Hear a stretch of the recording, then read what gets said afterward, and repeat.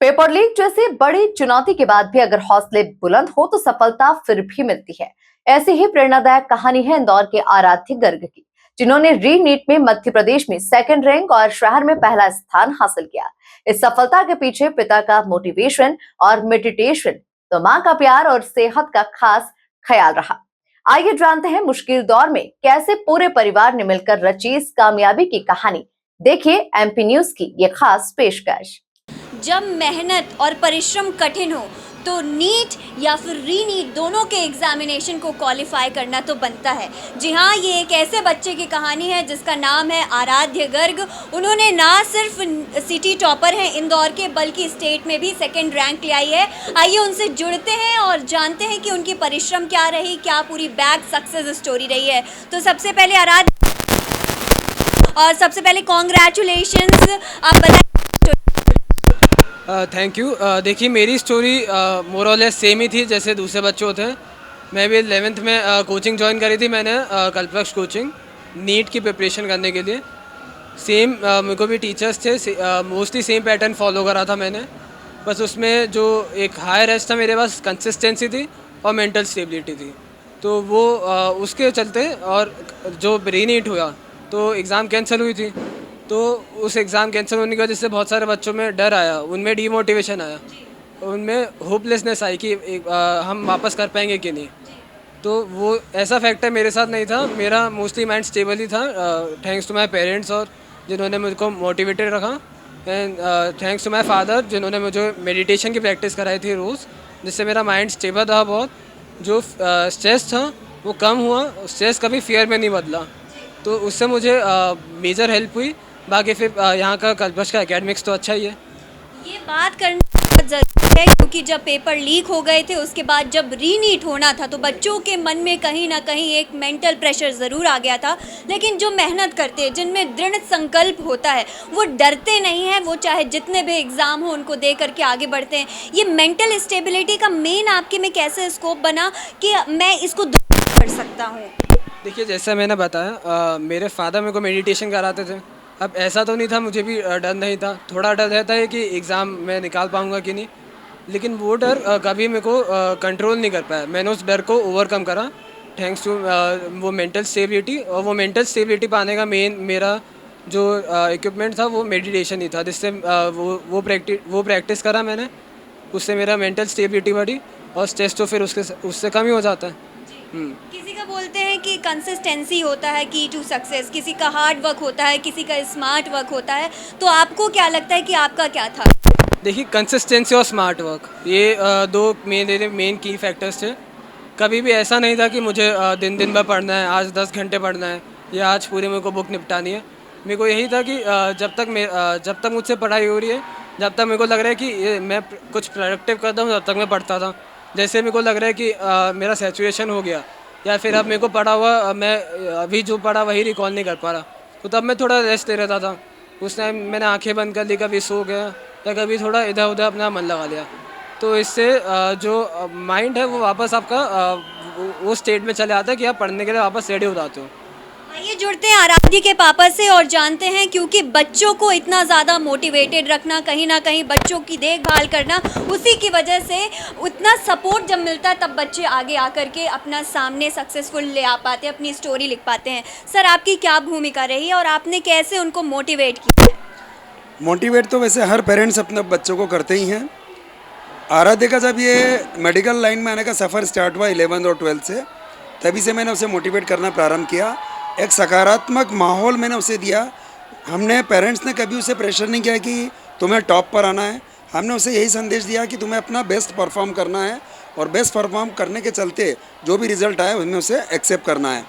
अब बात करें हम पेपर लीक होने की, री नीट की, तो ये एक दुर्भाग्य था हमारे सिस्टम का, कहीं ना कहीं नाकारापन था जो पेपर लीक हुआ।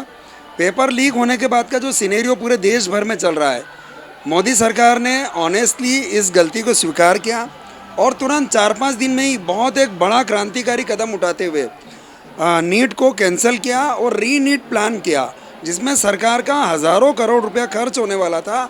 उस खर्च को एक्सेप्ट करते हुए मोदी सरकार ने एक बड़ा सकारात्मक कदम उठाया अभी प्रेजेंट में वर्तमान में जो पूरे देश में सिनेरियो चल रहा है, जो प्रोटेस्ट चल रहा है, उस प्रोटेस्ट की वास्तविकता यदि हम जानें तो उस प्रोटेस्ट को करने वाले हार्डली 1 to 5% स्टूडेंट है। बाकी 95% वो ताकतें उनके पीछे लग चुकी है जो देश में अराजकता फैलाना चाहती है, देश को नेपाल या बंगाल की तरह हिंसा की आग में झोंक देना चाहती है, और जो मासूम युवा बच्चे जेन जी के रूप में घोषित हैं उनको गलत राह पर चला रही है। कल मैं स्वयं दिल्ली में था, वहाँ जो प्रोटेस्ट चल रहा है उस एरिया में मैंने देखा, विजिट किया, वहाँ 95% तो स्टूडेंट थे ही नहीं। वो सारी ताकतें जो देश को तोड़ देना चाहती है, हिंसा की आग में झोंक देना चाहती है और येन क्रेन प्रकार मोदी सरकार को गिरा देना चाहती है। इस प्रोटेस्ट के चलते जो करोड़ों रुपया खर्च किया जा रहा है, वो करोड़ों रुपया कहाँ से आ रहा है? क्या स्टूडेंट्स ला रहे हैं? और एक और वास्तविकता, नीट रीशेड्यूल होने के बाद जो भी बच्चे थे वो दोबारा उसी तरह तैयारी में लगे जिस तरह मेरा बेटा आराध्य प्रिपरेशन में लगा। क्या उनको सब प्रोटेस्ट करने का समय है? बिल्कुल नहीं है। वे बच्चे ऑनेस्टली उन्होंने री नीट दिया, उसमें सक्सेस हुए और वो सब अपने एडमिशन प्रोसेस में लगे हुए हैं। उन्हें इस तरह सड़कों पर आकर प्रोटेस्ट करने का कोई समय ही नहीं है। तो जहाँ तक आराध्य की बात है, हमने मोदी जी के ही वाक्य के अनुसार उस आपदा को अवसर में बदला। मैंने आराध्य को गाइड किया कि बेटा ये जो री नीट आई है, तुम इस बात को इस ढंग से लो कि पहले वाली नीट एक ट्रायल था, तुम्हें सीखने को मिला कि एग्ज़ाम का पैटर्न कैसे होगा, एग्ज़ाम रूम में क्या परिस्थितियाँ होगी, कितना समय तुम्हें दिया जाएगा। तो इस तरह आपदा को अवसर बदला और इसने पुराना रिकॉर्ड अपना दोहराया। पिछले नीट में उसको जितने मार्क्स आने वाले थे उतने ही मार्क्स री नीट में लेकर आया और सुखद परिणाम सामने है। इंदौर टॉपर है और स्टेट में सेकंड टॉपर है। और उन बच्चों को मैं संदेश देना चाहूँगा जो री नीट की वजह से कुछ डिप्रेशन या चिंता में चले गए कि ऐसी विपरीत परिस्थितियाँ, परीक्षा की घड़ी जीवन में बार बार आएगी। अपने आप को स्ट्रांग बनाए रखने के लिए प्रतिदिन मेडिटेशन करें, योग प्राणायाम ध्यान करें और दृढ़ बने रहें। आइए जुड़ते हैं आराध्य की मम्मा से और जानते हैं कि क्या चीज़ें और कैसे सैक्रिफाइस, क्या स्ट्रगल, क्या मोटिवेशन आपके द्वारा रहा है आराध्य के लिए। मेरी हमेशा कोशिश ये रही है कि मैं आराध्य की हेल्थ का ध्यान रखूं एज ए मदर। मैंने उसे हमेशा हेल्दी फूड प्रोवाइड किया, हमेशा सकारात्मक और पॉजिटिव एटमॉस्फेयर दिया ताकि उसे स्ट्रेस ना रहे। और जब ये नीट कैंसिल हुआ था तो मैं थोड़ा सा डिप्रेस हो गई थी कि बच्चे वापस से इतना उसी कंडीशन में जाएगा, 12 आवर्स पढ़ेगा, पर वो मेंटल रूप से बहुत स्टेबल था। ये देख के मैं बहुत खुश हुई।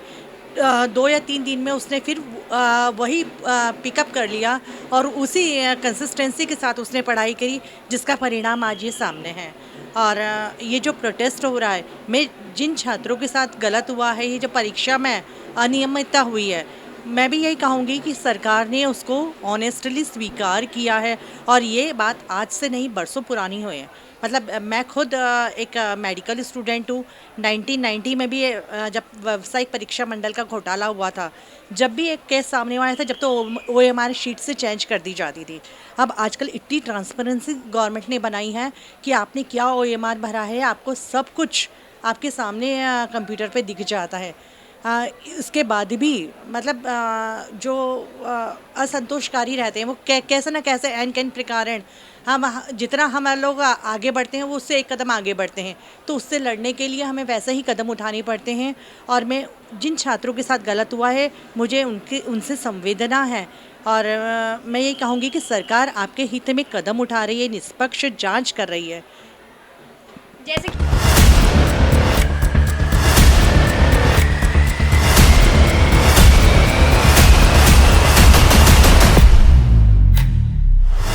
MP न्यूज़ पर नहीं देखा तो कहीं नहीं देखा।